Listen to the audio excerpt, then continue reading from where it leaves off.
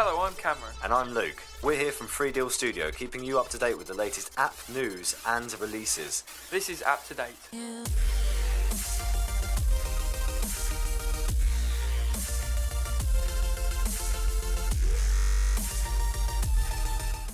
This week's show is cram-packed full of content, and to be honest, we could talk for days about some of these topics. But we'll be starting off this week with the usual app news segment with the hottest new releases, news and developments from the iOS world. After that, we'll be discussing the ever-changing relationship between technology and politics, with clashes this week between the FBI and Apple, as well as Uber's ongoing legal battle with the transportation industry. We'll be running you through the major iOS device announcements from Apple's keynote speech last night. And in this week's show, I'll be introducing you to an app which is set to revolutionise the way we view and use Bitcoin.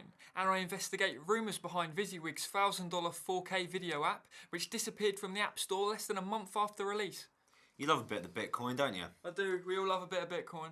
You can hear Cameron talk about Bitcoin over on the Tech Talk podcast, which is also published by 3Deal. And you can hear Luke talk about Christmas and chocolate Bitcoins over on YouTube for our video, The 12 Apps of Christmas. Alright, now let's start off with the app news this week. Microsoft says the latest version of Skype for iPhone has been optimised for the screens of the iPhone 6 Plus and the iPad Air 2. Also announcing its new quick video messaging app released on iOS, that's spelled QIK.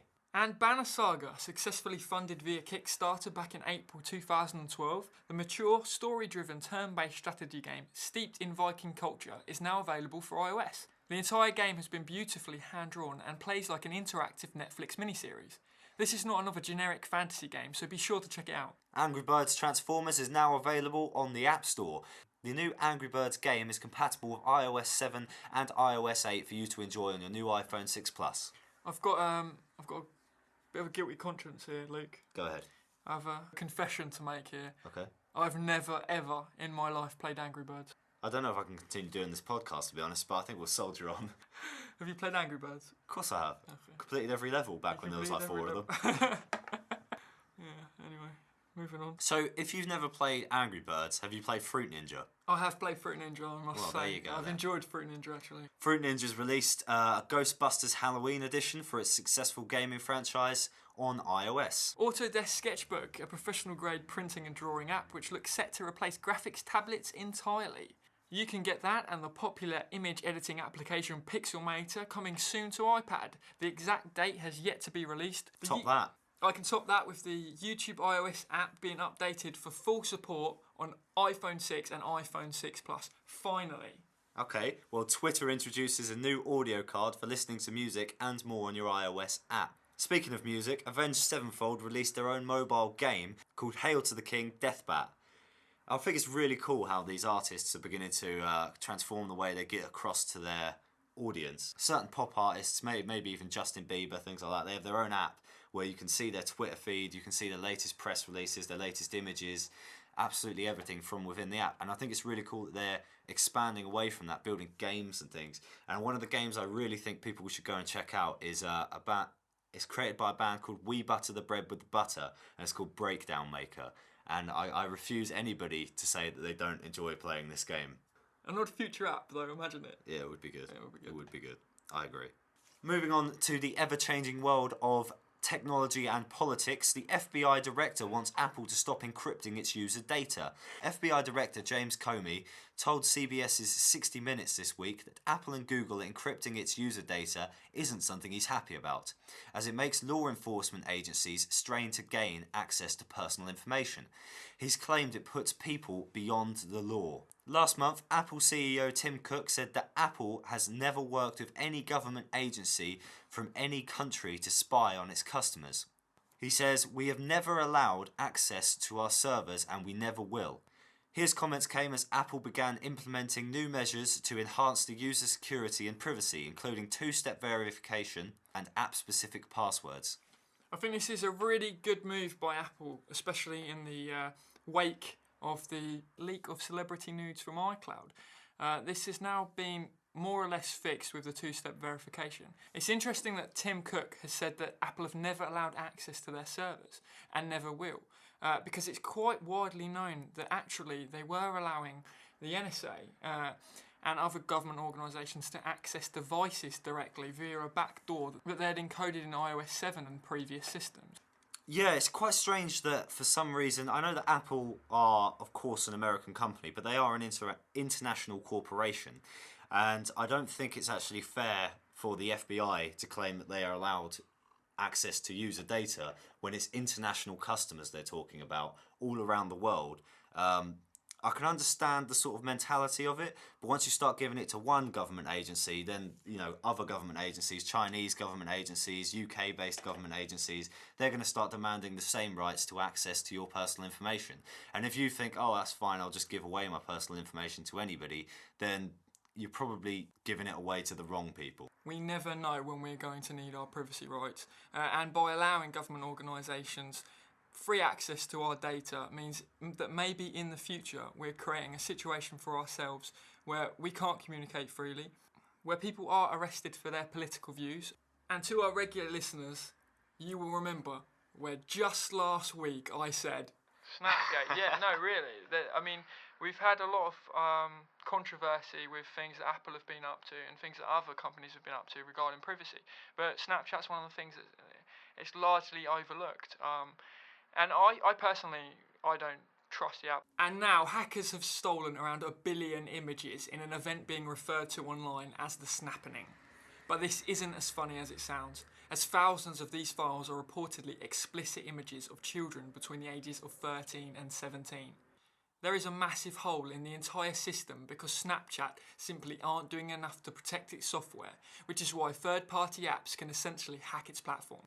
And what's more, Snapchat still haven't succeeded in convincing Apple and Google to keep what are essentially Snapchat hack apps out of their app store. Even in the result of a ban, there is no telling if you are sending images to a jailbroken iOS device, which may still be using these third-party apps after the ban, meaning there will always be a risk of mass images being leaked online, so long as Snapchat exists in its present form. So I think Snapchat and self-destructing messages are doomed. I can print screen a Snapchat image just by pressing the home and off button on my iPad.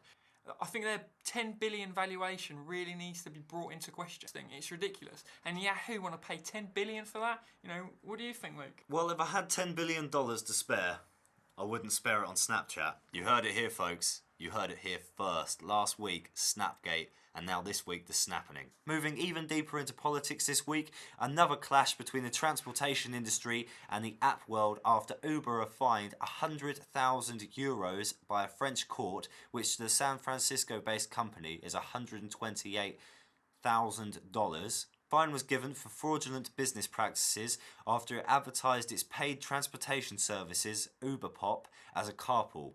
UberPop launched in Paris last year.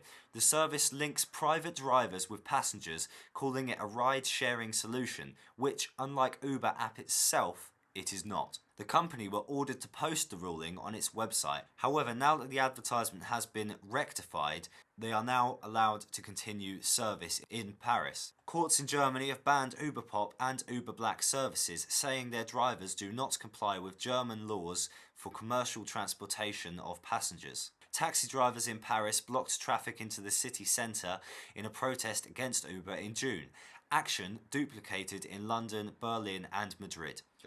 The thing is with the transportation industry is this is the last legs of a few people trying to hold on to what it is at the moment.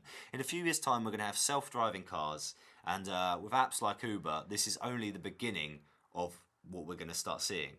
When you consider self-driving cars, you only think of the cars, but you should be thinking about taxis, buses, the potential replacement of trains, the replacement of forklift drivers, the replacement of people working in quarries. History is littered with people trying to prevent technologies taking over their job. Take, for example, the coal miners in this country. Unfortunately, the future is not always good for every industry. However, new industries arise out of the ashes of the old ones. Learn Swift, taxi drivers. That is what I recommend. Despite the move, Apple have further endorsed the company, including it into a list of merchants using Apple Pay. This is prevalent really in any disruptive industry because Uber is definitely a disruptive app. It's a disruptive piece of technology. It's using apps in a new and innovative way which looks to benefit everyone apart from the taxi drivers. Yeah. Unfortunately, I think this Uber are the front of the wave here. They are the tip of the iceberg. Uber and self-driving cars are where we're actually going to see huge differences in our day-to-day lives for the first time for the general public. Technological innovation. And I think it scares a lot of industries and a lot of people because they have their fear for their jobs, and maybe rightly so. We'll see. I highly recommend our listeners go and watch a video called Human Beings Need Not Apply. It's absolutely fantastic. You can find it up on YouTube, and it's one of my favourite documentaries of all time. Very informative about technology and where we're heading, and very informative about the transportation industry. Notably, many Asian countries are getting involved in the debate this week, and hopefully we'll have some follow-up on that next week. And in other news, Dropbox apologises to a small amount of users who are using older versions of the software for file losses when in selective sync mode, after addressing its initial compatibility issues with iOS 8. This is a very, as you said, it is a very small amount of users, and it's a very small amount of files they have actually lost. And if you've lost a file, you will know about it because they'll be emailing you about it immediately, and they have profusely apologised from what I can tell online. The state of New York has declared that Bitcoin software developers do not need a license. A recent court ruling in the state of New York did not pass a bylaw prohibiting people without what they call a bit license in order to develop on the Bitcoin platform. This seems a bit of a ridiculous story to me because you said it to me actually a little while ago. How could they possibly, in any way, put restrictions on something that's almost 100% anonymous and untraceable? That they could. It's like saying you have to pay taxes, but we have no idea how much you earn, and there is no possible incentive for you to pay your taxes. Cameron will be talking a little bit more about new ways and innovations with Bitcoin further on in the episode. Apple update. Wait, you might want to make a cup of tea for this one. Let's have a look at the Apple updates from the 16th of October keynote speech. Last night, the 16th of October 2014, Apple held a keynote speech giving us all the latest updates on its rollout of the iPhone 6 and iPhone 6 Plus, the Apple Watch and the Apple Pay system, and also announced the iPad Air 2 as well as the iPad Mini 3. The presentation lasted nearly 90 minutes, so we thought we'd break it down into the key information relevant to iOS users. So first off, updates to the iPhone 6 and iPhone 6 Plus. It has announced that it has been the fastest selling phone in history, with the most pre-orders, making it the biggest phone launch ever. They have rolled out in 32 countries and have announced that their launch in China will be collaborative with all 5 major Chinese networks, coinciding with the nationwide 4G launch. The announcements regarding Apple Pay include us being informed that now 500 international banks are on board with the scheme, as well as releasing a whole list of new retailers, really trying to bring it home that this will be easier, more secure and more private than the current card system. The Apple Pay system will roll out across the USA on Monday. For our UK listeners, Visa have announced that the Apple Pay system will be adopted in early next year. Apple remind us that at the moment, only selected third-party developers have been allowed to develop Apple Watch to this point. However, the new WatchKit development kit will be made public next month before the watches ship early next year. They were also keen to show us how the new features of iOS 8.1 are improving the Apple ecosystem, demonstrating how all the devices are compatible in just about any way imaginable, with features that allow you to instantly drop in and out of iOS and OS X devices, editing the same document and photos. They announced iCloud Drive, AirDrop between iOS and OS X, AirPlay with no Wi-Fi connection, family sharing, instant hotspots from any iOS device to another, using features from the iPhone through the Mac such as phone calls, one-click Apple TV AirPlay using Apple Watch as the remote, which was pretty neat, I've got to say. They were showing us how the new platforms open to third-party developers were being used, such as third-party widgets in the notification center, third-party sharing seemingly native within the Apple device itself, third-party photo editing features on the native camera roll, the utilization of Touch ID, and Metal, which allows direct access to the 64-bit A8 chip. They were particularly keen to show us how the new coding protocol, Swift, has taken off, with a quote from Wired saying that its impact could be greater than any other language that has sprung up in recent years, and it may achieve mass adoption faster than any other language in modern history. Also saying that there are already thousands of apps programmed in Swift already in the App Store, and that IBM have fully adopted Swift across all their programming.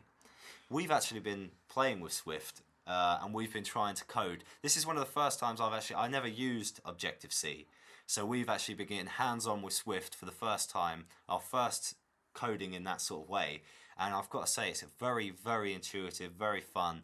As long as you're willing to put in the effort, you can actually achieve some things on here that are pretty impressive. Yeah, we've had a great time learning Swift. We'd love to release an app soon. I don't know how soon that will be, but try Swift.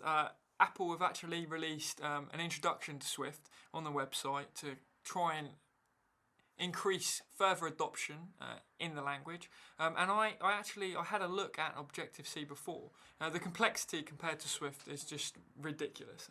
Sort of every Saturday, don't we, Luke? We sit down and we learn Swift. And for all our listeners out there, we'd like to offer you 50% off your first month with Treehouse via the link on our website, freedeal.co.uk/iOS News 24. You'll see it on the right hand column. We're putting this up just for you.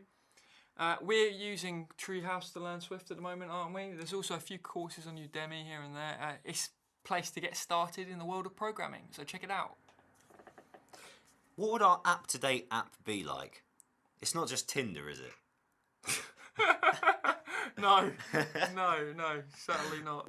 Okay, next up, more announcements from the Apple keynote last night as they announced the Apple iPad Air 2. Boasting that the iPad Air had 100% customer satisfaction ratings, having sold over 225 million iPads, and that there are now 675,000 apps designed specifically for the iPad. The new iPad is 18% thinner, so it's only 6.1 millimeters thick, making it the world's thinnest tablet. They have optically bonded the LCD display with the touch layer and the glass, so there is no air gap between the display, which makes it less reflective, makes the graphics look like they're right against your hand, as well as its new anti-reflective coat, which brings 56% less reflectiveness, the lowest on any tablet. It brings a new A8X chip, expanded from the A8 chip in the new iPhone, designed specifically for the iPad. The A8X chip has 3 billion indium gallium zinc oxide transistors from the 1 billion conventional amorphous silicone transistors in the A7 chip, meaning a higher resolution display while consuming significantly less power. It brings some new features such as 40% faster CPU, meaning it has less lag and crashes, allowing you to do more things simultaneously, 2.5 faster GPU, meaning that it's even better 3D graphics for the apps and games. And let's not forget the console level gaming thanks to Metal, which allows developers direct access to the hardware inside the new device, meaning the system doesn't have to run iOS 8 while playing games to function. As well as increasing game frames per second, it also results in an improved battery life, totaling 10 hours of constant gaming. The new M8 chip independently tracks multi-directional motion, calibrates all the system sensors, and operates the new barometer. The iPad Air 2 also has dual microphones. One of the most popular cameras in the world is, of course, the cameras inside the iOS devices. So the iSight cameras are something that's very important to Apple. So on the new iPad Air 2, they have an 8 megapixel camera, 2.4 aperture, 1080 HD video, image signal processing through the A8X chip, which makes your images look extra beautiful, 43 megapixel panoramic photos with native burst mode, native time lapse, and native 120 FPS slow-mo video.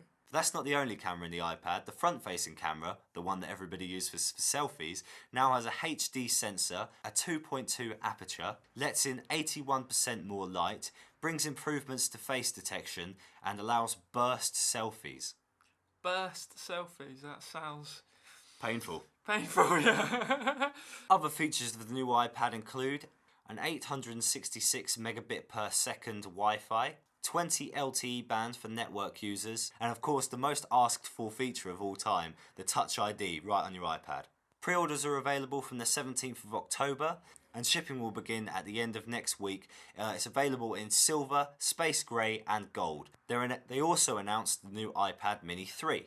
That's all from our Apple keynote announcements. However, you're going to hear me say this a lot in the next few shows and the next few months. We're going to be taking a survey of our listeners and we would love it if you would participate. It will help us learn more about our listeners, engage better. No matter how long you've been listening or how frequently you've been listening to this show, we would absolutely love to hear from you. So please take a few moments to visit our website, 3deal.co.uk/iOS News 24.